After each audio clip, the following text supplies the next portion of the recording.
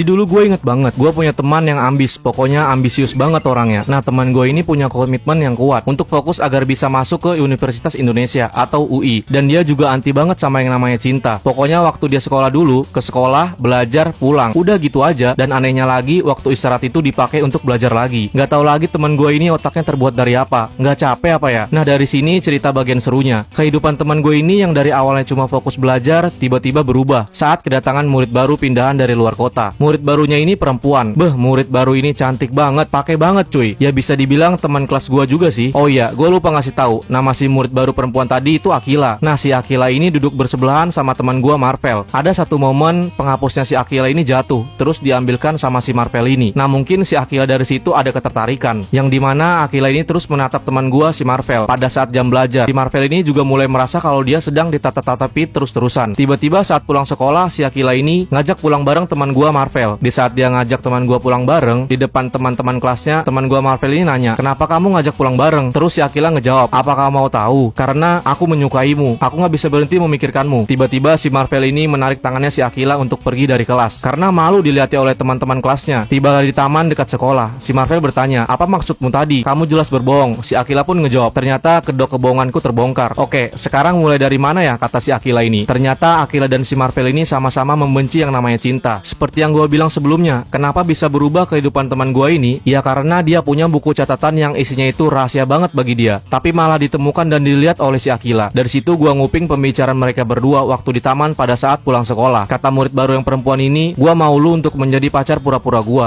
Kalau lu nggak mau, gue bakal bongkar ini catatan rahasia lu. Gimana? Lu mau nggak?" Gue dengar teman gue ini ngejawab dengan ragu-ragu. Mungkin karena dia nggak ada pilihan lain, teman gue ini ngejawab setuju aja. Dan reaksi gue di situ, wah, sampai nggak sadar HP gue jatuh. Tiba-tiba ada yang ngomong, "Siapa itu?" Dari situ gue langsung cabut aja daripada ketahuan nguping kan. Kalian tahu nggak? Ternyata selain gue yang nguping tadi, ada juga yang nguping. Dia adalah sahabatnya teman gue yang Marvel ini. Lebih tepatnya sahabatnya ini suka sama Marvel, tapi Marvelnya nggak peka-peka, terlalu fokus pada belajarnya. Alasan si perempuan murid baru tadi untuk ngajak pacaran pura-pura teman gue Marvel ini, ternyata di antara cowok-cowok lain di kelas yang dingin dan cuek atas kehadirannya cuma si teman gue ini aja, Marvel. Kira-kira gimana ya perasaan sahabatnya si Marvel ini ngedenger pembicaraan Akila dan Marvel waktu di taman?